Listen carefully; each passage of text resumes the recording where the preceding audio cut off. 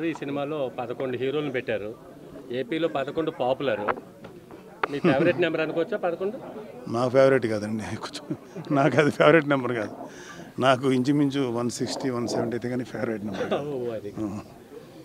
Thank you అండి. ఏం చెప్తాం? ఈ లడ్డు మీద ఒకసారి మాట్లాడినా.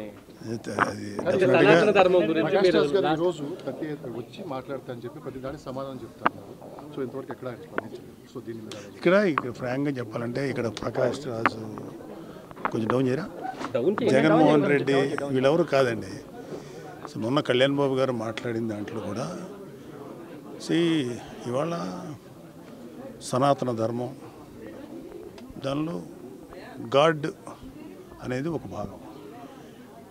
ఇది ఈ సనాతన ధర్మానికి అవమానం కలిగించే వాళ్ళ గురించే మాట్లాడారు తప్ప నిజంగా చెప్పాలంటే మన దేశంలో ఏ ముస్లిము ఏ క్రిస్టియన్ను వాళ్ళు అసలు ఎప్పుడు టచ్ చేయరు ఎవరిని. అలాగే మనం కూడా వాళ్ళు టచ్ చేయం. ఎవరో ఎక్కడన్నా ఒకటే సంఘటనల వల్ల ఇదవుతుంది తప్ప యూజువల్గా ఒక మతాన్ని ఇంకో మతం ఎప్పుడు గౌరవించుకొని బతుకుతున్నాం. అది ఈ పాటికి భారతదేశం ఏంటి ఎప్పుడు లాంగ్ బ్యాకే 500-600 ఏళ్ళ క్రితం కూడా చచ్చిపోయేవాళ్ళం. సో అందరూ కలిసి జీవించడం అనేది మా అందరికీ, అటు క్రిస్టియన్స్ అయినా హిందూస్ అయినా ముస్లిమ్స్ అయినా సిఖ్స్ అయినా కలిసి బతకటం అనేది మనకు మన పెద్దవాళ్ళు మనకి ఇచ్చినట్టుంది. అదే కళ్యాణ్ బాబు చెప్పింది సనాతన ధర్మం. అది ప్రతి వాళ్ళలోనూ ఇంకి ఉంటుంది. సో దాన్ని ఎవరైనా అవమానం చేసినా ఇంకోటి చేసినా కొంచెం బాధ అనిపిస్తుంది. సో లడ్డు అనేది ఒక చిన్న అంటే ఒక నిండిపోయినటువంటి ఈ నిర్లక్ష్యం చేయబడినటువంటి హైందవానికి హిందూ మతానికి ఆ లడ్డు అనేది క్లైమాక్స్ లాంటిది. సో దానికి ముందు ఆ లడ్డు అనే దాంతో పాటు ఇంకా కిందకి వెళ్తే ఎన్ని దారుణాలు జరిగినాయో మా అందరికీ తెలుసు. సో నేను కూడా అప్పుడు మోడీ గారు వచ్చినప్పుడు మేము మాట్లాడిన కలికిరి సభ అప్పుడు much before elections Hindu temples కానీ ధార్మిక మండళ్ళు కానీ ఏదైనా సరే should be ruled by Hindus only.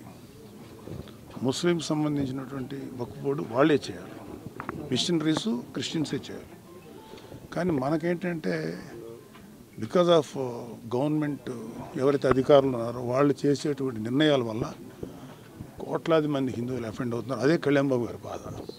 So దాని మీద ఆయన వెలుగొచ్చారు. ఇక్కడ ప్రకాష్ రాజా జగన్మోహన్ రెడ్డి కాదు, it's a question of pseudo secularism. హిందువుల్లో ఉన్నటువంటి సూడో సెక్యులర్ మీద మేము అంటే కళ్యాణ్ బాబు గారు మాట్లాడారు. రియల్ సెక్యులర్ ఎవరంటే పవన్ కళ్యాణ్ గారు. లేకపోతే ఆయన అన్ని మతాలతోటి సఖ్యంగా సయోధ్యగా ఉంటారు. మదర్సాస్కి సపోర్ట్ ఇచ్చారు. వైజాగ్ క్రిస్టియన్ మిషనరీకి సంబంధించినటువంటి ల్యాండ్ విషయంలో పోరాడారు. హిందూ ధర్మాన్ని గురించి పోరాడారు.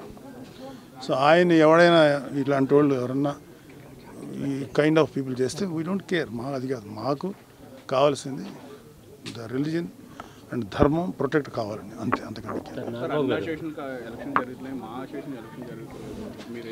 జనరల్ ఎలక్షన్స్ మా ఎలక్షన్స్ లాంటి కమిటీ హిందూ రావాలని ఆయన అన్నారు. అది నేను ఫుల్ సపోర్ట్ ఆ విషయంలో. హిందూ ధర్మరక్షణ మండలి ఉండాలని చెప్పి కళ్యాణ్ బాబు గారు అడిగినది చాలా కరెక్ట్ అయిన విషయం. ఖచ్చితంగా ఉండాల్సిందే. తదుపరి చర్యలు ఎలా ఉంటాయి ప్రభుత్వం దేనికండి? Law will take its own course. చట్టం దాని పని తాను చేసుకుపోతుంది. ఎవరు తప్పు చేశారో వాళ్ళందరూ బయటకు వస్తారు.